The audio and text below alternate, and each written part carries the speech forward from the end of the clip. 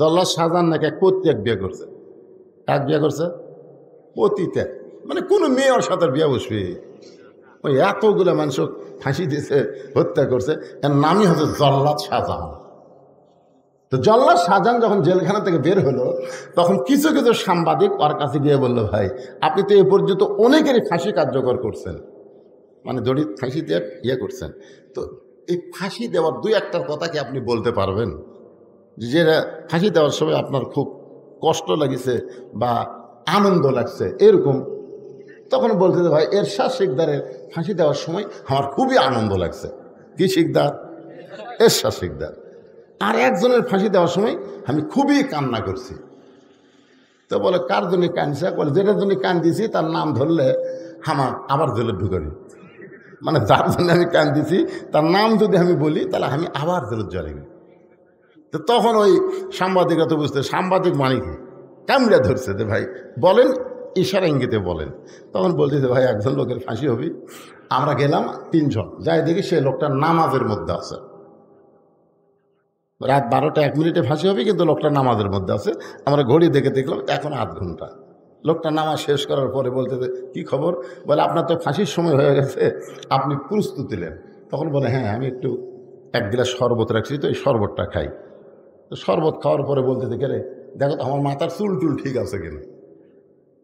জল্লাদ শাহজাহান এখনই আর ফাঁসি হবি, আমার চুলও দেখতেছে, আয়না বার করে চুল হেসে বলতেছে দেখো তোমার কাপড় চুপড় ঠিক আছে কিনা, পিছন ঠিক আছে। তখন একজন রাগ করে এ ভাই আপনার ফাঁসি হবে ভাই রে, আপনি এইরকম করতেছেন, আপনার ফাঁসি হবে তো। তখন মুসকি হাসিতে বলে তুমি কি মনে করো? জল্লাদ শাহজাহানকে বলতে তুমি কি মনে করো? জল্লাদ শাহজাহান মূর্খ মানুষ বলতেছে আপনার মৃত্যু হবে, ফাঁসি হওয়া মানে আপনার মৃত্যু হবে। আল্লাহর বান্দা মুসকি মুসকি হাসিয়ার বলে তোমার কাছে মৃত্যু আর আমাকে শাহাদতের পিয়ালা পান করার জন্য আল্লাহ ডাকতেছে। ولا تقولوا لمن يقتل في سبيل الله أموات بل أحياء ولكن لا تشعرون। আল্লাহর জন্য যারা জীবন দিবে, আল্লাহর জন্য যারা জীবন দিবে, আল্লাহ বলেছেন তাদেরকে তোমরা মৃত্যু বলো না, আমি আল্লাহ বলতেছি তারা জীবিত। আল্লাহ বলে মুসা রে, আমার জন্য তোমার জীবনকে যদি অক্ষ করে দাও তাহলে তোমার মৃত্যু হবে না, তুমি অমর হয়ে যাবে। এখানে আমরা যত মানুষ আছি আমরা তো মরবই নাকি কন? আমাদের মৃত্যুটা যেন আল্লাহর জন্যে হয়। রাজি আছেন? তাহলে আমি যেই বলবো কার জন্য মরবো, আপনার সকলে বলবেন আল্লাহর জন্যে। আমরা মরবো কার জন্যে? আরো জোরে সত্যি আল্লাহর জন্য যদি মরি। মুসা আলাইহিস সালামের 3 নম্বর কারণটা মজার কারণ। এই মজার কারণ বলার আগে আমি একটা গান গাই, দেখেন আগে গানটা শোনেন। চলতে পথে 2 দিন থামিলাম, যাবার কালে একজন আরো দেখা না পাইলাম। গানটাকে শুনতেছেন মনে দেয়? এই যুবকেরা শুনতেছে? এখন এই যেগুলা গান বাড়াইলে গান করে, এই কয়েকদিন একটা গান বাড়াছে, এই এলাকার যুবকেরা পাশে কিনা? একজন মানুষ হইয়া তুমি কয়জনকে বিলাও মন, মুখে তোমার ভালোবাসা অন্তর কয়লার মতন। একটা গান বাড়াইনি, হারাম একটা গান বাড়াচ্ছে। এখন যুবকেরা একজন মানুষ হইয়া তুমি কয়জন রে বিলাও মন। গান কাক কয় শোনেন। চলতে পথে 2 দিন থামিলাম, যাবার কালে একজন আরো দেখা না পাইলাম। 2007 সালে আমি গুরুদাসপুরে ওয়াজ করে যখন যাচ্ছিলাম, গুরুদাসপুরে ওয়াজ করে যাচ্ছিলাম, আপনার বগুড়া এবং নন্দীগ্রামের মাঝখানে একটা বীরগ্রাম স্ট্যান্ড আছে। ওই স্ট্যান্ডে আমার গাড়িটা ট্রাকের সাথে অ্যাক্সিডেন্ট করলো। করার পরে ঘটনাস্থলে আমার সেক্রেটারি মারা গেল। আমার সেক্রেটারি ঘটনাস্থলে কি হলো? মারা গেল। আমি মরছিলাম না, আমি আহত অবস্থায় হাসপাতালে চলে আসলাম। ওই সময় একটা রব উঠছিল আপনাকে গোটাল এলাকায়, বদরশিদ মারা গেছে। এটা হলো 2007 সালে। হ্যাঁ, তা আমি চিন্তা করলাম যে এই সেক্রেটারির নাম ওরা যদি আমি মরতাম, তখন কিন্তু আমি মানে খুব একটা ভাইরাল বক্তা ছিলাম না, মোটামুটি 2-1 জন চিনত আমাকে। তো ওই যদি আমি মরতাম তার শেষ। কাউসারি মরে গেছে, শেষ। কাউসারি মরে গেছে, শেষ। কাউসারি কি আছে, ওই যায় দেখেন হয়তো দোতলা বাড়ি আছে। আমি চিন্তা করলাম 7 সালে আমার ছেলেটারই মরল, আমিও যদি মরে যেতাম শেষ হয়ে যেতাম পারে, কি করা যায়? তখন ওই 2007 সাল থেকে ওয়াজ করে যত টাকা পাই ওই টাকা আমি 10 ভাগ খাই আর 90 ভাগ জমা রাখি। খাই কত? 10 ভাগ, আর 90 ভাগ জমা রেখে 2014 সালে বর্তমান জায়গা হয়েছে 235 শতক। আমার মাদ্রাসায় মসজিদের জায়গা হলো 235 শতক। 235 শতক বুঝেছেন?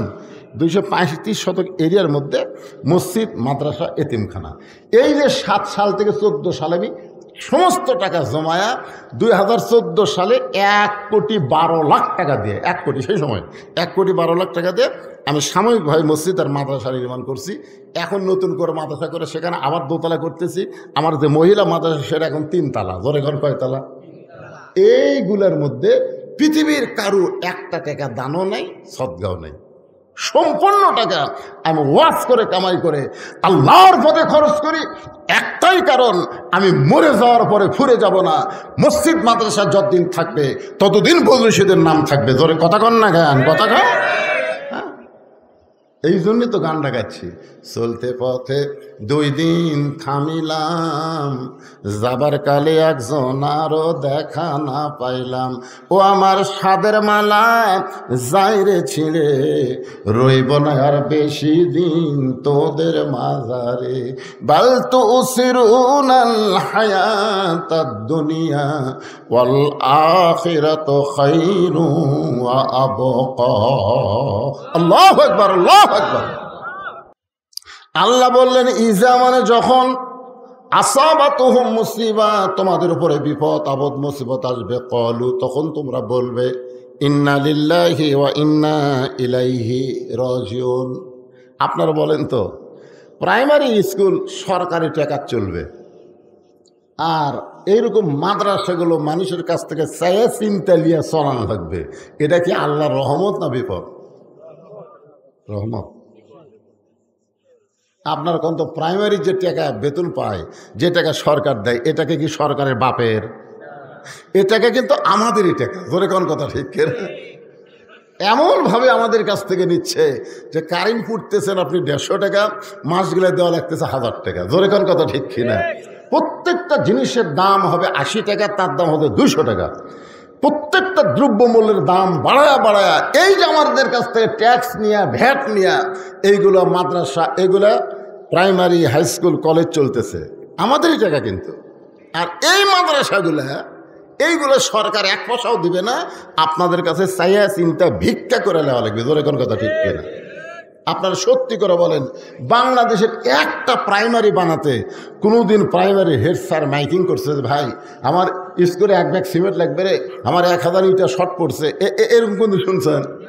কারণ প্রাইমারি স্যার মশদ তাও দেয়, 1 তলা ভাঙ্গা 3 তলা হবি রে। এখন আপনারা বলেন, 90% মুসলমানের দেশে প্রাইমারি বিল্ডিং হয়, আর এই কোরআনের মাদ্রাসা তৈরি করতে গেলে মানুষের কাছে হাত পাতাতে হয়। এটা রহমত না বিপদ? কথা কয় না, এটাই তো বিপদ। এরকম বিপদ যখন দেখবেন তখন বেশি বেশি ইন্না লিল্লাহ বলবেন। কিন্তু আমরা কখন বলি? মানুষ যখন মরে যায়। আমি কোরআন, হাদিস, এজমা, কিয়াস সব বিষয়ে আমার ডিগ্রি আছে, তাফসির আছে, হাদিসে আছে, ফিকহে আছে, আদবে আছে। আমি প্রত্যেকটা কিতাব যাচাই বাছাই করে দেখছি। এটা আল্লাহ আমাকে দেখাইছেন যে মানুষ মরে যাওয়া, বিশেষ করে মুসলমানেরা মরে যাওয়া, এটা কোনো বিপদ না, বরং মুসলমান হলো বাঁচে থাকাই বিপদ। আপনি যে বাংলাদেশে বাঁচে আছেন, আপনি ইমান নিয়ে আছেন না বেঈমান হয়ে আছেন, আপনার সন্দেহ আছে। জোরে কোন কথা ঠিক কিনা? এই বাংলাদেশে বাঁচে থাকাই বিপদ রে, মরে যাওয়াই ভালো। আর আমরা মরার খবর শুনে বিপদের আয়াত পড়ি। আপনি জানেন আপনি মরার পরে আপনি কোথায় যাবেন? কোথায় যাবেন? এই যে একটা আপনাকে বুঝা দিছে, মরে গেলে কবরে যাবে। আপনি মারা গেলে আপনার জন্য 2টা জায়গা বরাদ্দ আছে। যারা ভালো মানুষ আজকে যারা ওয়াজ শুনতেছে, কোরআনের পাগল হয়ে যারা গরমের মধ্যে বসে আছে, এই মানুষেরা মারা গেলে ইল্লিন নামক জান্নাতের বাগানে চলে যাবে। আর যারা বাড়িতে আড্ডা গুলি মারতেছে, ইচ্ছা করেও যারা কোরআনের মাহফিল আসেনি, জান্নাতের বাগানে বসে নাই, এরা মরে যাওয়ার পরে এদের রুহটা সিজ্জিন নামক জাহান্নামের অতল গহ্বরে ফেলে দেওয়া হবে। বিশ্বাস করেন না?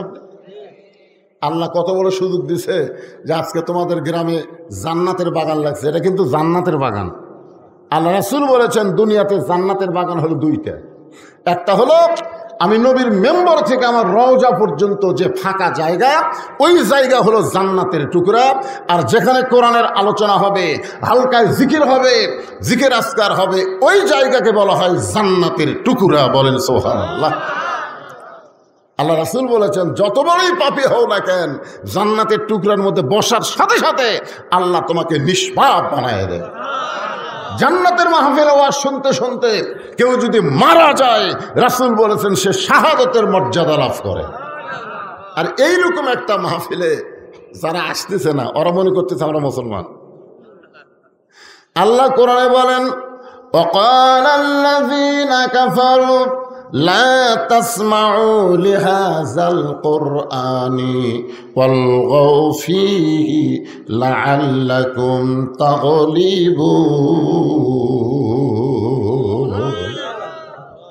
একবার মুসা আলাইহিস সালাম তুর পর্বতে গেছেন। মুসা আলাইহিস সালাম কার সাথে কথা বলতেন? আল্লাহর সাথে কথা বলতেন। তো এক সাহাবী বললেন, ইয়া রাসূলুল্লাহ, মুসা নবী আল্লাহর সঙ্গে কথা বলে, অথচ আপনি পারেন না। আপনি আল্লাহর সাথে কথা বলবার গেলে জিবরাইল লাগে। কি লাগে? জিবরাইল লাগে। জিবরাইল, আল্লাহ নবী যখন মেরাজে গেছিলেন, যেখানে বুঝবার পারেন সেখানে কি বলেন, ভাই জিবরাইল এটা কি বলে, কি বলনি।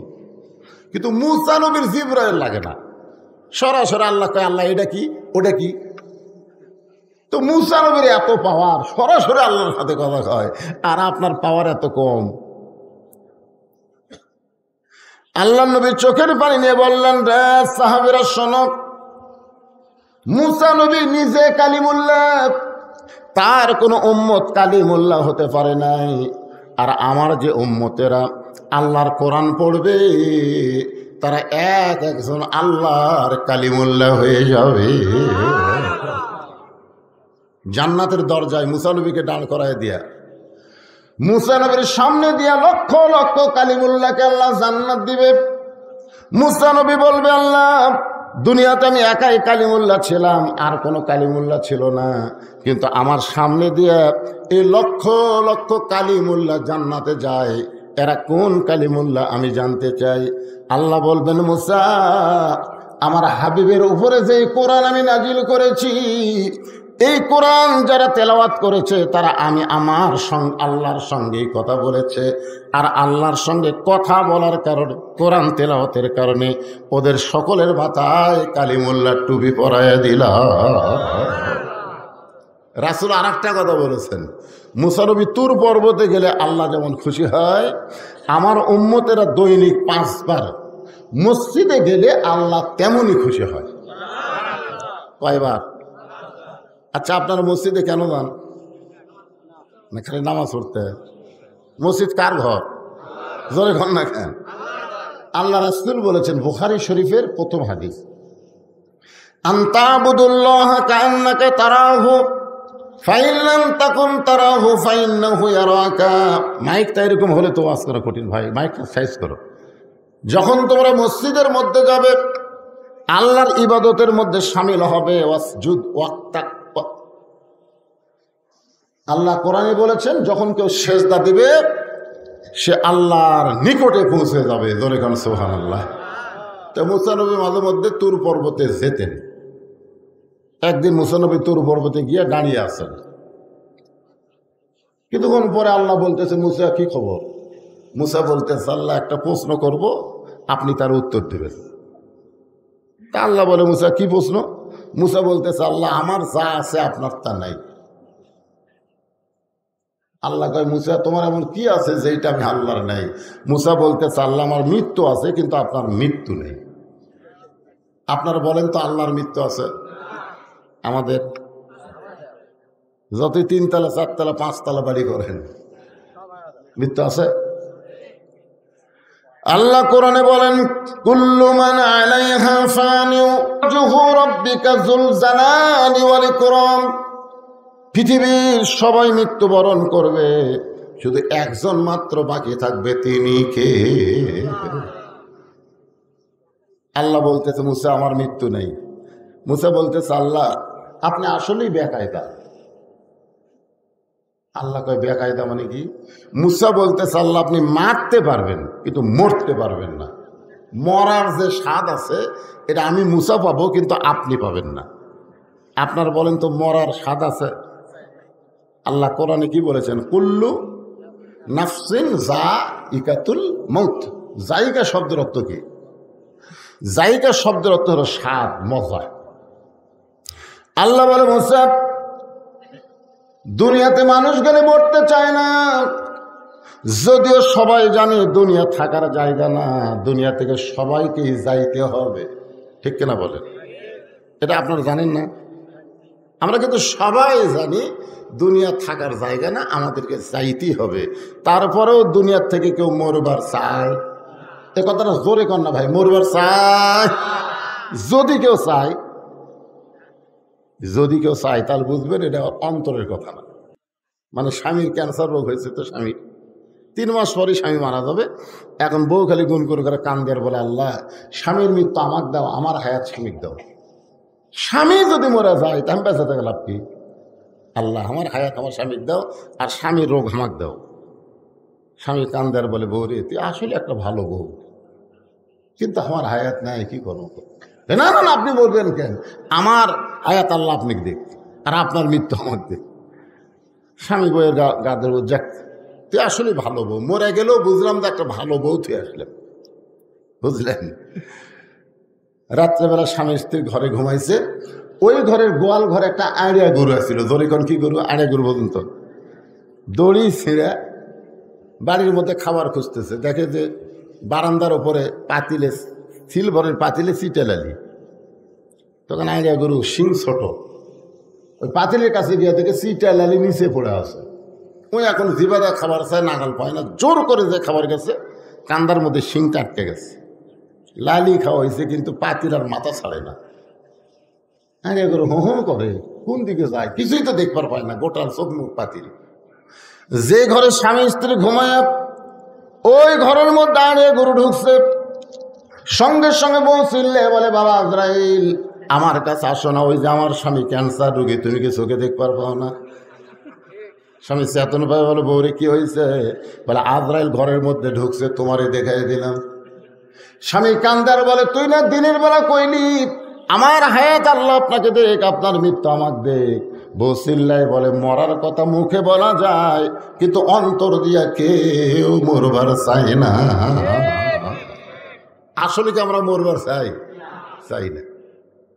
বিশ্বাস করেন, আপনার মসজিদের সামনে দিয়ে যখন দান বাক্স যায় না? জুমার দিন আপনার মসজিদ দান বাক্স যায়, কিন্তু প্রত্যেকটা বক্তা এবং আল্লাহর কোরআন নবীর হাদিস বলতেছে, যেইটা তুমি আল্লাহকে দিবে ওইটাই তোমার, আর যেইটা তুমি পকেটে রাখবা ওইটা তোমার না। ইমানের কথা, ওমা তুনফিকু মিন শাইইন ফি সাবিলিল্লাহি ইউওয়াফা ইলাইকুম ওয়া আনতুম লা তুজলামুন। এটা কোরআনের কথা। সুবহানাল্লাহ। বিশ্বাস করেন বা না করেন, শোনা লাগবে না। এখন দান বাক্স আপনার মুখের সামনে আসলো, আপনার পকেটে 500 টাকার একটা লোট আছে, 200 টাকার একটা লোট আছে, 100 টাকার একটা লোট আছে, 50 টাকার একটা লোট আছে, কিন্তু 10 টাকা নাই। কয় টাকা নাই? টাকা আছে না নাই? আছে, কিন্তু 10 টাকা নাই। তখন আপনি কি করবেন? মিন শাররিল ওয়াসওয়াসিল খান্নাস, আপনার ভিতরে শয়তান বলবে, ঠেলা আমার। যখন কি মার, ঠেলা আমার। তখন আপনি টাকা পকেটে এমন জোরে মানলেন যে 4 জন পার হয়ে চলে গেল। ওরা 4 জন আপনার খুশি, দেখলে তোর হাতত বল আছে রে। আপনি সত্যি করে বলেন তো, আপনি যখন টাকা পকেটের থেকে দান বাক্স ঠেলা মারলেন, তখন আপনি হন আর আমি হন, যেটাই হন, ঠেলা মারার পরে আপনার 2 কান্দের ফেরেশতার খবর কি? আপনার দুই কান্ধে দুটো ফেরেশতা কিন্তু আছে, আছে না নাই? ওই দুই ফেরেশতা তখন কি করতেছে? দেখতেছে। ওই দুই ফেরেশতা বলতেছে, আল্লাহ এই শয়তানের কান্দত আমি থাকবো না। যে শয়তান পকেট ভরে টেকা থুয়া আপনার মসজিদের বাক্স ঠেলা দেয়, এর কান্দত থেকে আমি লেখবো কি? এর কান্দত থেকে কিছু লেখার আছে? আল্লাহ ডাকতে বলে, ফেরেশতা সাক্ষী থাকো, যে দান বাক্সকে ঠেলা মারছে আসলে দান বাক্স ঠেলা মারে নাই, আর তকদির থেকে জান্নাত ঠেলা মারছে। এই জন্য বলা হয়েছে as-sakhi হাবিবুল্লাহ, যারা আল্লাহকে দান করে তারাই আল্লাহকে বিশ্বাস করে, আর যারাই দান করে তারাই জান্নাতি হয়ে যায়।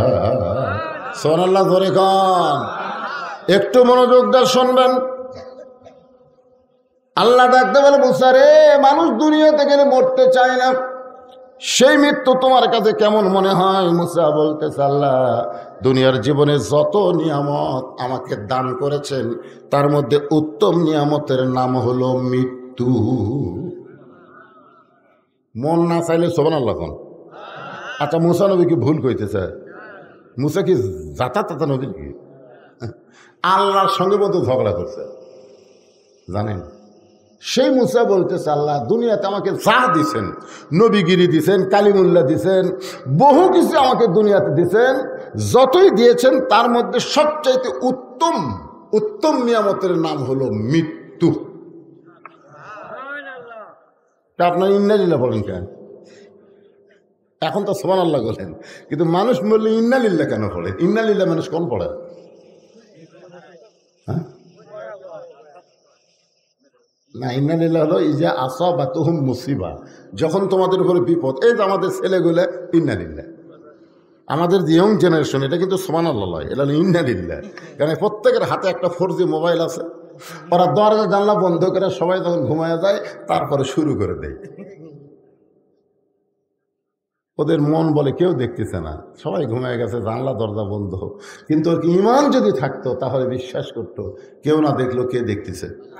আরো জোরে বলেন, আল্লাহ দেখতেছে। এই বিশ্বাস যদি বাংলাদেশের যুবকদের থাকতো, একটা যুবকও নষ্ট হইতো না। কারণ বুড়া কালের কোন ইবাদত আল্লাহ কবুল করবে না, আল্লাহ কবুল করবে যৌবনের ইবাদত। এখন যতদিন ঘুষের চাকরি আছিল বুঝলেন, ততদিন তওবা করেনি, কিন্তু যেই চাকরি গেছে তখন বলতেছে, আল্লাহ আল্লাহ আজ থেকে আমি আর ঘুষ খাবো না, আল্লাহ আমি আর ঘুষ খাবো না। আল্লাহ কাই কেড়ে শয়তান, তোর চাকরি আসা, তোর ঘুষ খাওয়ার চাকরি নেই, তুই এখন তওবা করতেছিস। তার মানে যখন বুড়া তুড়ে হয়ে গেছে আর চলবার পারে না, তখন আল্লাহ আর চুরি করবো না, আল্লাহ জীবনে বহু চুরি করছি, আল্লাহ আর চুরি করবো না। আল্লাহকে দেহের দিকে তাকায় দেখতো, তুই আর পারবো? যখন হয় চামড়া ঢিল, আল্লাহর সাথে দেয় মিল। কোনো মুরব্বী মানুষ, কোনো বুড়ি মানুষ, কোনো যুবতী যদি বেপর্দা অবস্থায় যায় আর বুড়ি যদি বোরকা পরে, তখন ইন্নালিল্লাহ পড়বেন, ইন্নালিল্লাহ। কারণ বুড়ির দিকে একটা বুড়াও তাকায় না, সেই বুড়ি বোরকা পড়ছে। আর যে যুবতীর দিকে সবাই তাকায় থাকে, সেই যুবতীর বোরকা নাই। জোয়ান যখন যুবকরা যখন বাহিরে ঘুরবে আর মুরব্বীরা যখন নামাজ পড়বে, তখন বুঝবেন ইন্নালিল্লাহ। আর মুরব্বীরা যদি মসজিদে নাও যায়, যুবকরা যদি নামাজ পড়ে, তখন জোরে সরে বলা লাগবে আলহামদুলিল্লাহ। এই যে ভাই আমার চাকরি করতেছে, একে মরা ফোন তো চাকরি করে পারবে? সরকারি চাকরি হলে দেখবেন একটা বয়স আসলে সরকারি কয়ে আর চাকরি করা লাগবে না, বসে থাকে বেতন খা, রিটায়ার কর, বসে থাকে বেতন খা। তো চোখের পাওয়ার খারাপ, কানের পাওয়ার খারাপ হয়ে গেছে, কলম ধরলে হাত থরথর করে কাঁপে, তো চাকরি করা লাগবে কে রে? তুই যৌবন বয়স সরকারও দিছিস, এখন বুড়া বয়সে বসে থাকে খা। যারা যৌবন বয়সে 5 ওয়াক্ত নামাজ পড়বে, বুড়া বয়সে যদি নামাজ নাও পড়বার পারে, ওই যৌবন বয়সের নামাজের পেনশনের সওয়াব আল্লাহ তার আমল নামায় দিয়ে দিবে। ইন্না লিল্লাহি ওয়া ইন্না ইলাইহি রাজিউন বোঝানোর জন্য বলতেছে, একটু খেয়াল করেন। আল্লাহ বলে, মুসা মৃত্যু তোমার কাছে উত্তম মনে হওয়ার কারণ কি? মুসা বলতেছে আল্লাহ কারণ হলো তিনটা। জোরে বলেন কয়টা? খুব খেয়াল করবেন। 1 নম্বর কারণ হলো না মরলে জান্নাতে যাওয়া যাবে না। আচ্ছা, আপনারা সবাই জান্নাতে যাবার চান না? চান নাকি চান না? কারা কারা চান? আল্লাহকে একটু হাত দেখান তো দিকে। আল্লাহ দেখো, আল্লাহ, আল্লাহ সামিয়ানা নাই, আল্লাহ সরাসরি আসমান থেকে তাকায় দেখো, ফ্যানের তলে নাই, গরমের ভিতরে যারা তোমার কোরআনের ওয়াজ শুনতেছে জান্নাতে যাওয়ার জন্য হাত তুলেছে, আল্লাহ এই হাতগুলো তুমি জান্নাতের জন্য কবুল করো। জোরে করো আমিন। হাত নামান।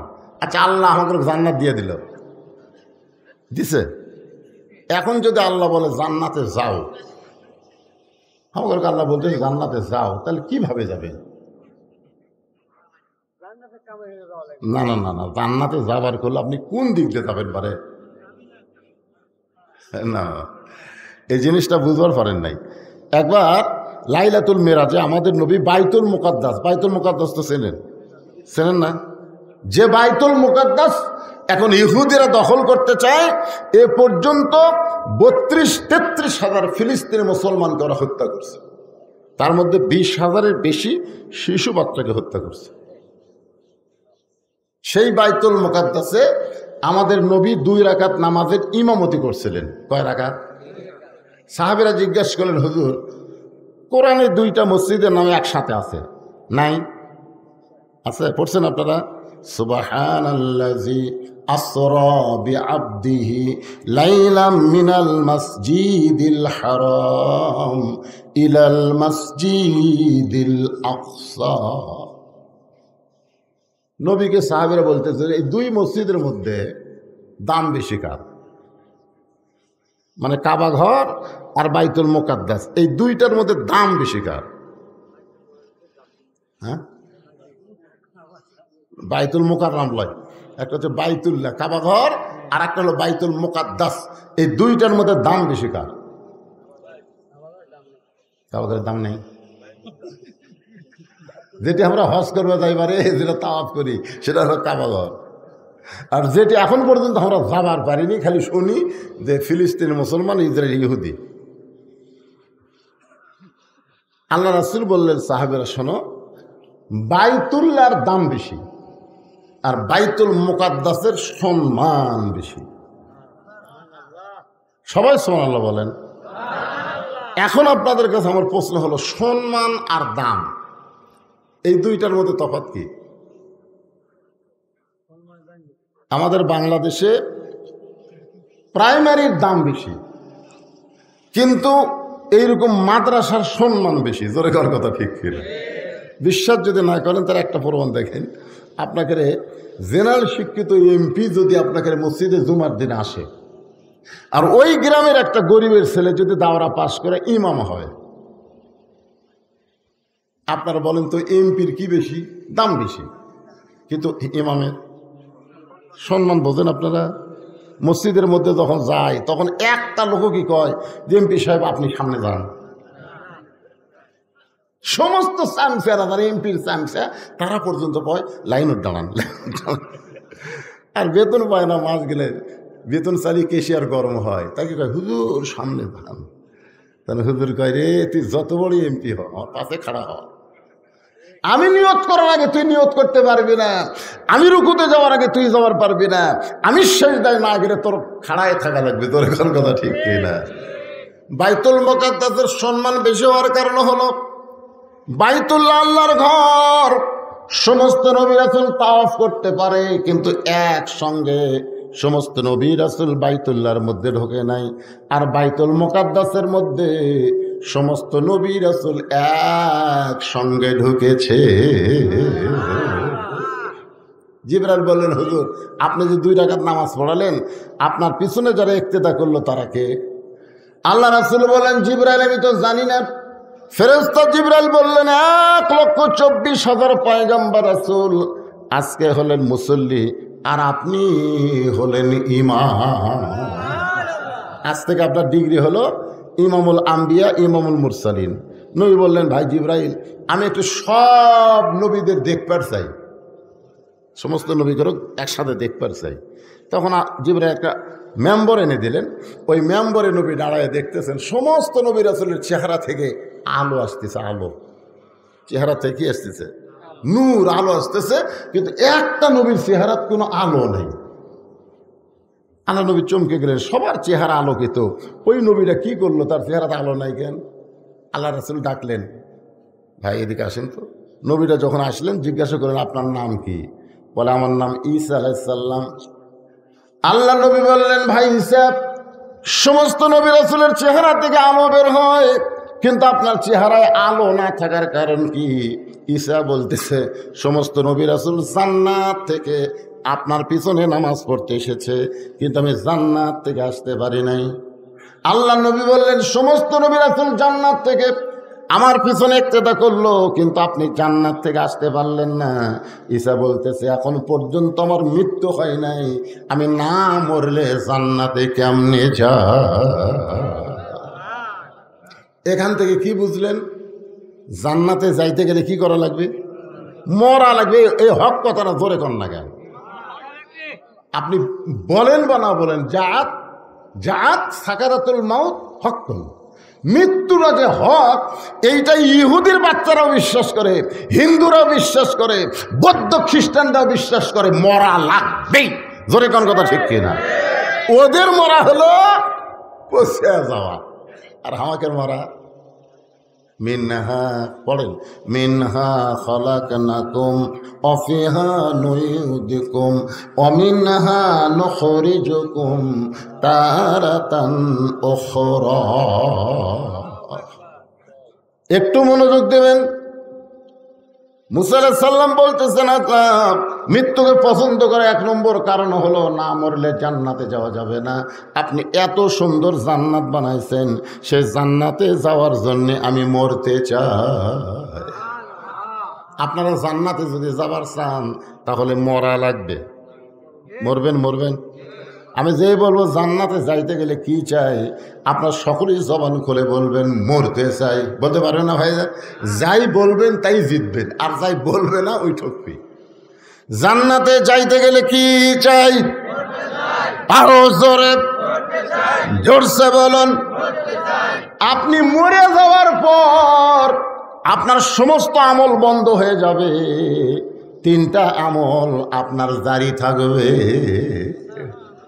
এই যে মরতে চাই মিছিল করেন, খালি মরে দেখেন ওই তিনতলা। আমি তো আব্দুল মুমিন কাউসারের বাড়িতে কোনদিন যাইনি, বুঝলেন? আজকে যাই আমার আত্মাই খাসা। এত এত সুন্দর বাড়ি ছিল, আমি মরবি কেঙ্গারে। আরে শোনেন, আপনি মরে গেলেও তিনটা আমল আপনার জন্য আল্লাহ জারি করে থবি। মরিয়া জারে ফুরাবো না, খালি জাতিই থাকবে। তার মধ্যে একটা আমল হলো নেককার সন্তান। প্রাইমারি পড়ালে হবে না, মাদ্রাসার ছাত্র বানাতে হবে। কিছুই যদি না পারে, আপনি মরে যাওয়ার পরে আপনার কবরের পাশে যেতে পারি আলিফ বা তা সা, আলিফ বা তা সা। ফেরেশতা আল্লাহ তো কিছু কর পারি না। এর কোরআনের মধ্যে আলিফ ছাড়া কোরআন হবে, বা ছাড়া কোরআন হবে, তা ছাড়া কোরআন হবে। এই কোরআনই পড়তেছে রে, সব ওর বাপক দে। আর এক বেটা মরে গেলে বলতেছে আগ ডোম বাঘ ডোম ঘোড়া ডোম সাজ।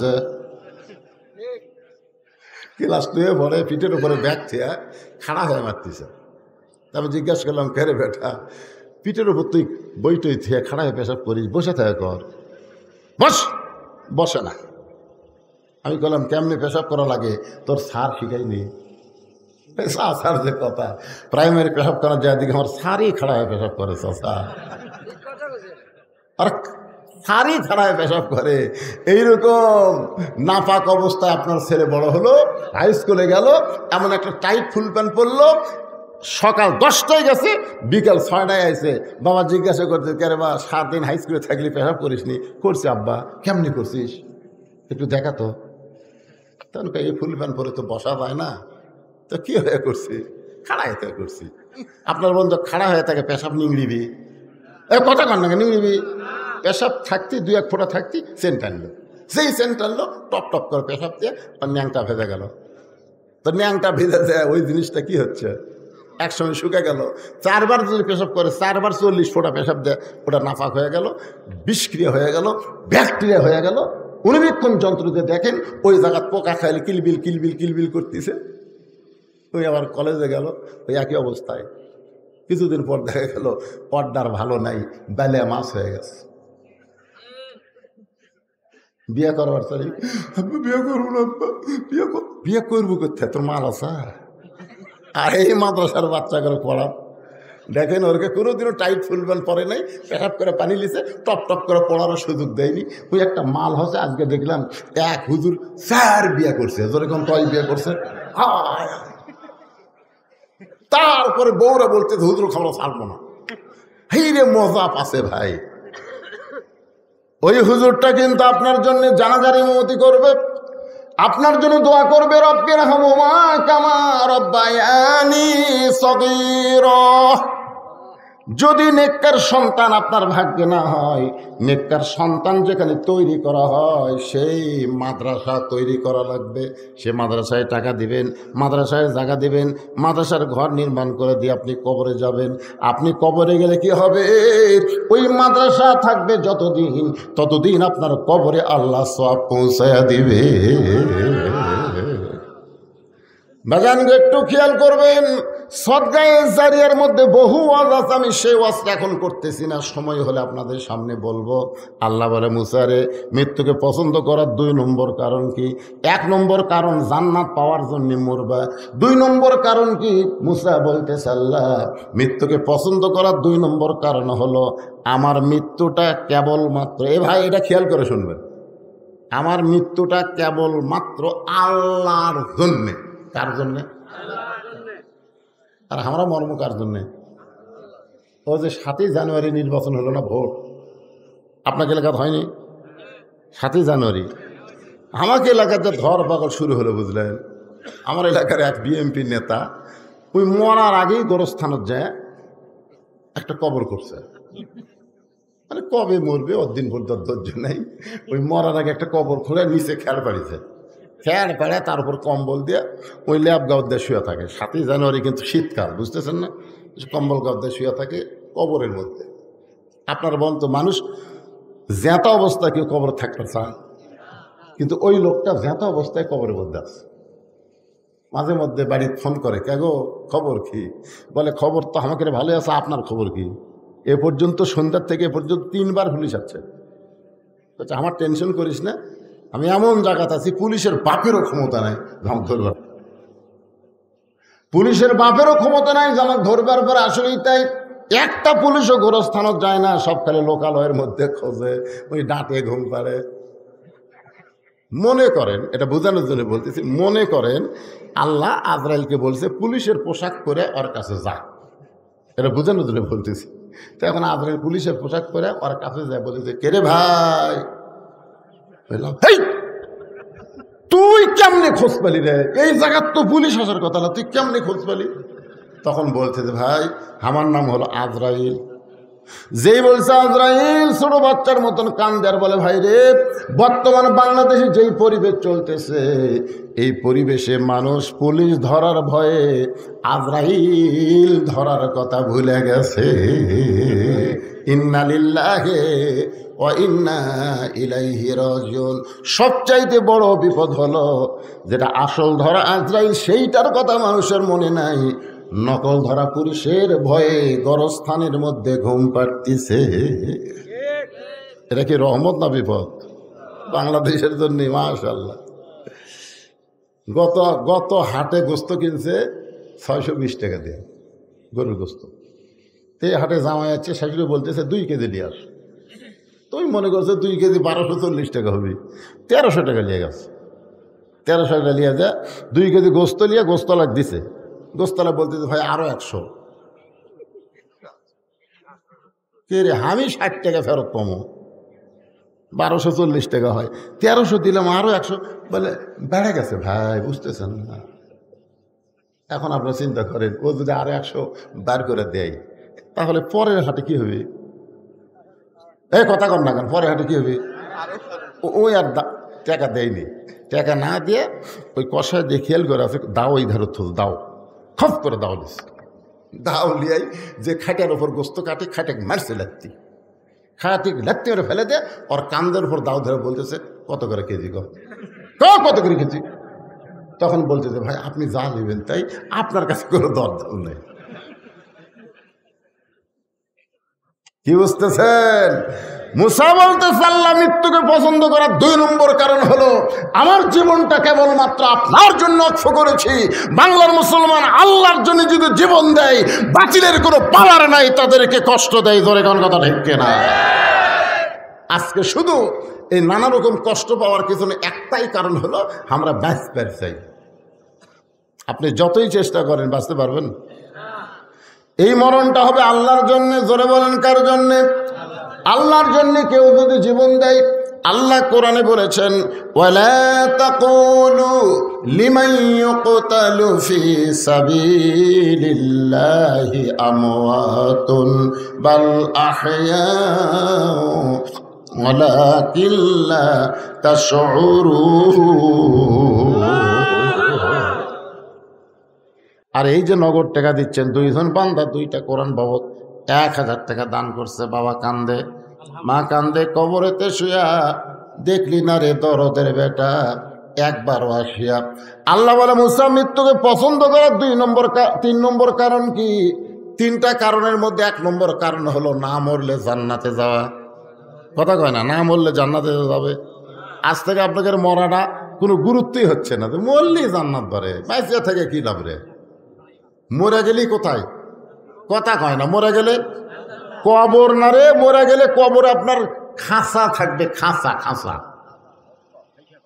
মনতই রইলি খাঁচার আসে, খাঁচা দে তোর কাঁচা বাসে, কোন দিন খাঁচা পড়বে খসে, জ্ঞানী গুণী কয় খাঁচার ভিতর অসীন পাখি কেমনে আসে যায়। দেহ নামক খাঁচাটা কবরে যাবে, আর খাঁচার পাখি 2 জায়গা। কয় জায়গা? আপনার এখন জায়গা। এই যে ওয়াজের সময় বললাম, যারা আজকে জান্নাতের বাগানে বসেছে তাদের পাখিটা ইল্লিন নামক জান্নাতের বাগানে যাবে। হয়তো বলতে এতই সোজা, আর আল্লাহ যদি দেয় আমাকে আপত্তি আছে? আল্লাহ কোরআনে বলেছেন লা তাকনাতু মির রাহমাতিল্লাহ ইন্নাল্লাহা ইয়াগফিরুয যুনুবা জামিআ ইন্নাহু হুয়াল গাফুরুর রহিম। আল্লাহ 3 জন বান্দাকে নেবে, দেখেন আল্লাহ দয়াটা দেখেন, 3 জন বান্দাকে হাসরের মিজানের কাছে নিয়ে যাবে। এক বান্দার নেকি আর পাপ ওজন করে দেখবে, পাপ আর নেকি সমান সমান। আল্লাহ কয় কে রে, তোর একটা নেকি বেশি হলে তুই জান্নাতে যাওয়ার পারতি, তোর 2টা যে সমান হয়ে গেল। এখন তো বান্দা বলবে আল্লাহ আমার করার কিছু নাই, আপনি যা করবেন তাই। আল্লাহ বলে তোর জন্য জান্নাতও নাই, জাহান্নামও নাই, জান্নাত আর জাহান্নামের মাঝখানে গিয়ে তুই থাকবা। ওই বান্দাকে আল্লাহ জান্নাত জাহান্নামের মধ্যে দিয়ে আর একটা বান্দাকে মিজানের কাছে নিয়ে যাবে। ওজন করে দেখা যাবে নেকির পাল্লায় মাত্র নেকি একটা, পাপের পল্লা দিয়া পল্লা ভারী, নেকি কয়টা, আর এক পাল্লা গোটা লিখে পাপ। আল্লাহ বলে কেরে বান্দা তোর খবর কি? বলে আমার আগের নেকি পাপ সমান। তারই খবর হলো জান্নাত জাহান্নামের মাঝখানে, আর আমার খবর তো জাহান্নাম, আমার খবর তো জাহান্নাম। আমি এখন কি করব? আল্লাহ বলতেছে বান্দা তাহলে তুই জাহান্নামে যা, জাহান্নামে যা। এমন সময় আর এক বান্দাকে নিয়ে আসা হবে, দেখা যাবে তার নেকির পাল্লায় একটাও নেকি নেয়, পাপের পাল্লায় পাপ দেওয়া ভরা। আল্লাহ কয় তোর খবর কি? বলে আমি ডাহা জাহান্নামি। একটু খেয়াল করেন। এবার আল্লাহ তাআলা ওই যে দ্বিতীয় বান্দা নেকি একটা, আর প্রথম বান্দারে একটা নেকি হলেই জান্নাত। ওই বান্দারা বলবে আল্লাহ আপনি তো আমাকে জাহান্নাম দিবেন, ঠিক আছে, কিন্তু আমার যে ভাইটা একটা নেকি বেশি হলে জান্নাতে যাবে সেই ভাইটাকে আপনি একটু দাগ দেন। আল্লাহ বলে কেন? বলে আমার নেকিটা আমি তাকে দান করে দিবার চাই। সুবহানাল্লাহ। কারণ আমি তো জাহান্নামে যাবই, খামাখায় একটা নেকি নিয়ে আমার কি হবে? ওইটা আমি দান করে দিলাম। আল্লাহ বলো রে আরাফের বান্দাই, তোর ভাই তোকে একটা নেকি দিয়া তোকে জান্নাতে যাওয়ার রাস্তা করে দিল, যা তোর আমল নামায় নেকি দিয়া দিলাম, তুই এখন জান্নাতে যা। বলার সাথে সাথে লোকটা জান্নাতে দৌড় মারবে। হাসরবাসীরা বলবে কত বড় স্বার্থপর, যে ভাই তাকে একটা নেকি দিয়া জান্নাতে যাওয়ার সুযোগ করে দিল, সে ভাইটার দিকে একটা বারও তাকালো না। আসলেই তাকায়নি, এক দৌড়ে জান্নাতের ভিতরে গিয়া কিছুক্ষণ পর জান্নাত থেকে বের হয়েছে। আল্লাহ বলে, কেরে বান্দা, জান্নাতে ঢুকলি, জান্নাত থেকে বের হলি কেন? ওই বান্দা বলে, আল্লাহ জান্নাতের ভিতরে ঢুকে দেখলাম তোমার জান্নাতের গায়ে লেখা আছে, জান্নাতের যা চাবে তুমি তাই দিবা। আল্লাহ বলে, তুই কি চাস? বলে, যে ভাই আমাকে একটা নেকি দিয়ে জান্নাতে যাওয়ার রাস্তা করে দিল, আমি সেই ভাইটা নিয়ে জান্নাতে যাবার চাই। আল্লাহ কয়ে, যা, ওর এক নেকি দিয়ে তুই জান্নাতি, তোর ওসিলাই ও জান্নাতি। তার বান্দারা বলবে, আল্লাহ বলে, একটাও না, সবই তোমার দয়া, সবই তোমার কি। এই জন্য আল্লাহ বলেছেন, আমার রহমত থেকে নিরাশ হয়েও না, নিরাশ হয়েও না বান্দা। তুমি আজকে ফ্যানের তলে ঘুমাতে পারতা, তুমি সেই ফ্যান কবে একটা করে আজকের এই জান্নাতের বাগানে এসে কোরআনের ওয়াজ শুনেছ, এই ওসিলায় আমি আল্লাহ তোমাদের জান্নাত দিয়ে দিলাম। আল্লাহ পারে, যখন পারে কি পারে না? পারে কোনো সময়। এই জন্য আল্লাহ বলেছেন, ওয়াবতাগু ইলাইহি ওয়াসিলা, তোমরা ওসিলা অন্বেষণ করো। মনে করো না আমার নেকি দিয়া, রোজা দিয়া, দান দিয়া, সদকা দিয়া আমি জান্নাতত যাবো, এত সোজা না। আমি আল্লাহ একটু দয়া করলেই তুমি জান্নাতত যাবা। যখন সুবহানাল্লাহ। আব্দুল্লাহ ইবনে ওয়াহাব, আব্দুল্লাহ ইবনে ওয়াহাব একজন কবি ছিলেন, একজন আল্লাহর ওলি ছিলেন। তখনকার দিনে কিন্তু এরকম শীষ ফেনা ছিল না, বুঝলেন? এই কালির দোয়াতে কলম চুবড়াইয়া সেই কালি দিয়া তারা এক কবিতা লিখতেন। তো কবিতা কি? আল্লাহর প্রশংসা লিখতেছেন, আল্লাহর প্রশংসা লিখতেছে। এই কেবল কলম চোবড়ায় কালি দিয়ে লিখবে। ইতিমধ্যে একটা মাছি এসে কলমের ওপর পড়ছে কালি খাওয়ার জন্যে। যখন কি খাওয়ার জন্যে? আব্দুল্লাহ ওয়াহাব চিন্তা করতেছে যে একটা মাছি যখন কলমের আঘাত পড়েছে, আমার মনে হয় মাছিটার কলিজায় তৃষ্ণা আছে, যতক্ষণ মাছি কলমের আগায় থাকবে আমি ততক্ষণ কলম নড়াবো না। সামান্য একটা মাছির উপর দয়া করে কলমকে ধরে আছে। মাছি কালি চুষা খায় যেই গেছে, তখন উনি আবার কলম চুবড়ায় লিখতে হবে। এমন সময় ওই মাছি আবার মাছি পড়ছে। আব্দুল্লাহ চিন্তা করে যে প্রথমবার কালি খাওয়াতে হয়তো তৃষ্ণা যায়নি, এই জন্য আবার আছে খাক। মাছি কালি খাইতে উড়ে গেছে, তখন আবার কলম চুবড়ায় লিখতে গেছে, আবার মাছি। কয়বার হলো? আপনি কোন রাগ হবি না? কিন্তু আমি আল্লাহর প্রশংসা লিখতেছি, আর তুই শালাকে শয়তানি করিস, যে লিখবার চাই তখনই তুই কলমের আঘাত পড়িস না। আব্দুল্লাহ কয়, ওর হয়তো এখন পর্যন্ত তৃষ্ণা যায় নাই, যতক্ষণ পর্যন্ত মাছি কলমের আগায় ততক্ষণ কলম নড়ায়নি। মাছি তৃষ্ণা নিবারণ করে আল্লাহকে বলে, আল্লাহ আশরাফুল মখলুকাত হয়ে সামান্য একটা মাছি পড়লাম কলমের আগায় তিনবার, এরপরও যে বান্দা লড়াইল না, ওই বান্দাকে তুমি উচ্চ মাকাম দান করে দাও। একটা মাছির ওসিলায় আল্লাহ তাকে অলিদের সম্রাট বানায় দিলেন। তো আল্লাহ তো একটা ওসিলা খুঁজবে রে ভাই। আজকে গরমের মধ্যে আপনারা জান্নাতের বাগানে বসে ওয়াজ শুনতেছেন, একটা ওসিলা। হ্যাঁ, আপনাদের কাছে একটু রুমাল যাক, গামছা যাক, যাই যা পারেন, একবার দিচ্ছেন আর একবার দেন। আমি শুনলাম এখানে বয়স্ক মেয়েদেরকেও শিক্ষা দেওয়া হবে, সে ব্যবস্থাও করা হবে। এখনকার মেয়েরা কোরআন শরীফ পড়তেছে না, রবীন্দ্রসঙ্গীত করছে, বোঝা যাচ্ছে না তো কি পড়তেছে, তা ঠিক নেই। আলহামদুলিল্লাহ আলামিন কি পড়তেছে? মেয়ে মানুষের পড়া। আমার মায়ের পড়া আমি দেখছি, পরে মাকে আবার একটা ভালো মেয়ে কোরআন পড়নে, তাকে নিয়ে এসে মাকে কোরআন শিখেছি। মা আমাকে বলছে, বাবা মরার আগে যাক শুদ্ধ করে কোরআন শরীফ পড়তে পারলাম। আপনি ভুল কোরআন শরীফ সারা জীবন পড়েন, কোনো সব নাই, কিন্তু শুদ্ধ করে যদি সামান্য দুটো আয়াত পড়েন, এতে আল্লাহ আপনাকে জান্নাত দিয়ে দিবে। এই জন্যে এখানে মহিলা, যারা বড় বড় মহিলা, তাদের জন্য এখানে শিক্ষার ব্যবস্থা করা হবে। এ মাদ্রাসা এখানে টিকে থাক, আপনারা চান না ভাই? মুসা বলতে, আল্লাহ মৃত্যুকে পছন্দ করার 3 নম্বর কারণ হলো, দুনিয়া হলো ক্ষণস্থায়ী আর আখেরাত হলো চিরস্থায়ী। মৃত্যুর মাধ্যমে ক্ষণস্থায়ী জীবনের পরিসমাপ্তি হবে, আর চিরস্থায়ী আখেরাত পাওয়া যাবে। আপনারা বলেন তো, এই দুনিয়া কি চিরস্থায়ী না ক্ষণস্থায়ী? কথা কয় না, ক্ষণস্থায়ী। মৃত্যুর পরে যে আমরা দুনিয়া পাবো সেটা কি? তা আপনাদের কাছে কোনটা ভালো, ক্ষণস্থায়ী ভালো না চিরস্থায়ী ভালো? তাহলে ক্ষণস্থায়ী ছেড়ে চিরস্থায়ী দিকে আমরা যাচ্ছি, এখানে আফসোস কি আছে? ইন্নালিল্লাহ বলবো আমরা কখন? যখন দেখবেন আমাদের বাংলাদেশের মানুষগুলো কঠিন বিপদের মধ্যে আছে। এই যে বর্তমানে কি একটা বৃষ্টি বন্ধ হয়ে গেছে, আসমান থেকে বৃষ্টি হচ্ছে না। বৃষ্টি আল্লাহ দিবে কি দিবে না? বৃষ্টি দেওয়ার মালিক কে? আল্লাহ দিবে।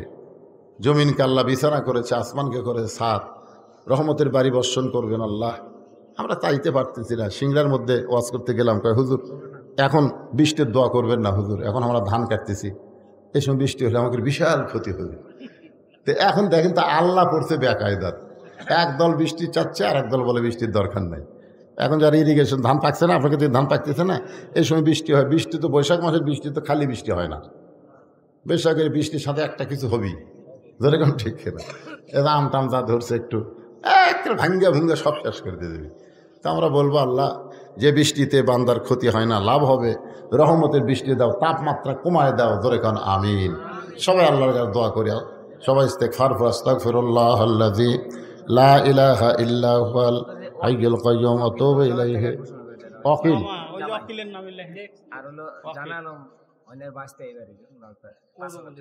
জানে আলম ৫,০০০, ওকিল ১০,০০০ টাকা দান করেছে। আল্লাহ তাদের দানকে কবুল করে। আল্লাহুম্মা আমিন। আল্লাহুম্মা আনতাস সালাম ওয়া মিনকাস সালাম, তাবারাকতা ইয়া যাল জালালি ওয়াল ইকরাম। আয় আল্লাহ তাআলা, অনেক রাত হয়ে গেছে, তোমার বান্দারা আরামের বাড়ি ঘুমকে বাদ দিয়া কোরআন হাদিসের মহব্বত কলিজার মধ্যে নিয়ে জান্নাতের বাগানে বসে বসে আলোচনা শোনার শেষে আমি গুনাহগারের সঙ্গে রহমতের দরজায় ফকির হয়ে দোকানা হাত তুলেছি। আল্লাহ মেহেরবানি করে আজকের মাহফিল আমাদের সকলের হিদায়াতের জন্যে, নাজাতের জন্যে, জান্নাতের জন্যে কবুল করে নাও। এই মাহফিলের শুরু থেকে শেষ পর্যন্ত যত আলোচনা হয়েছে আল্লাহ, এর মধ্যে যদি ত্রুটি হয়, ভুল হয়, মাফ করে দাও। এর জাহাদিয়া মঞ্জুর করো। সোনার মদিনায় নবী পাকের রওজা মোবারকে কবুল করো। আল্লাহ তোমার এতিম ঘর, নবীর ঘর, মাদ্রাসাকে কেন্দ্র করে আজকের মাহফিল আল্লাহ মিলে মিশে অত্র এলাকায় মাদ্রাসাকে তুমি প্রতিষ্ঠা করে দাও। আল্লাহ আজকে মাদ্রাসার নামে নগদে মাগিতে যারা দান করেছে আল্লাহ সকলের দানগুলোকে জান্নাতের বিনিময় হিসাবে কবুল করে নাও। আল্লাহ মাদ্রাসা যারা জায়গা দিয়েছে, মাদ্রাসার ঘর নির্মাণে কার দিয়েছে, টিন দিবে, আল্লাহ এই মাদ্রাসাকে যারা সহযোগিতা করেছে আল্লাহ, আল্লাহ মেহেরবানি করে সকলের দান কঠিন মুসিবতের সময় জান্নাতের বিনিময়ে কবুল করে নাও। আমার মা বোনদেরকে কবুল করো, আবিদা সালিহা পদ্মানিসি কবুল করো। আমি অসুস্থ, আমার মতো যারা অসুস্থ হাত তুলেছে আল্লাহ সুস্থতার নিয়ামত দান করো। আজকের মাহফিলের সম্মানিত সভাপতিকে আল্লাহ তুমি কবুল করো। আমার বাবাজি আব্দুল মুমিন কাউসারিকে আল্লাহ তুমি কবুল করো। নানা ধরনের টেনশন নিয়ে মাহফিল করতেছে আল্লাহ, তুমি তার সব টেনশন দূর করে রহমত বরকতের দরজা খুলে দাও। অত্র এলাকার সমস্ত মানুষকে এ মাদ্রাসার মাহিল বানায়া দাও, মাদ্রাসার হিতাকাঙ্ক্ষী বানায়া দাও। মাদ্রাসার বিরুদ্ধচারণ যারা করে তাদেরকে মাদ্রাসার বন্ধু বানায়া দাও। আল্লাহ আল্লাহ মিলে মিশে না করলে মাদ্রাসার উন্নয়ন হবে না। যারা কোরআনকে ভালোবাসে, মাদ্রাসাকে ভালোবাসে, আমি বলবো সকলের শত্রুতা ভুলে গিয়ে এ মাদ্রাসার মহব্বতে নিজের জীবনকে ফেদা করে দাও। আল্লাহ আল্লাহ কবুল করো। আল্লাহ আসমানের বেলা আসমানে, জমিনের বেলা জমিনে, তাপমাত্রা কমায় রহমতের বাড়ি ধারা দান করো। আল্লাহ ফিলিস্তিন মুসলমানকে আল্লাহ তুমি হেফাজত করো, আবাদগুলোকে আল্লাহ তুমি হেফাজত করো। এই আল্লাহ বিশ্বের সমস্ত মুসলমানকে তুমি হেফাজত করো। সুবহান রাব্বিকা রাব্বিল ইজ্জাতি আম্মা ইয়াসিফুন ওয়া সালামুন আলাল মুরসালিন আলহামদুলিল্লাহি রাব্বিল আলামিন। ওয়াজাল আখিরাতি কালিমাতুন ইনদাল মাউতি লা ইলাহা ইল্লাল্লাহু মুহাম্মাদুর রাসূলুল্লাহ সাল্লাল্লাহু আলাইহি ওয়া সাল্লাম। আসসালামু আলাইকুম ওয়া রাহমাতুল্লাহি ওয়া বারাকাতুহু।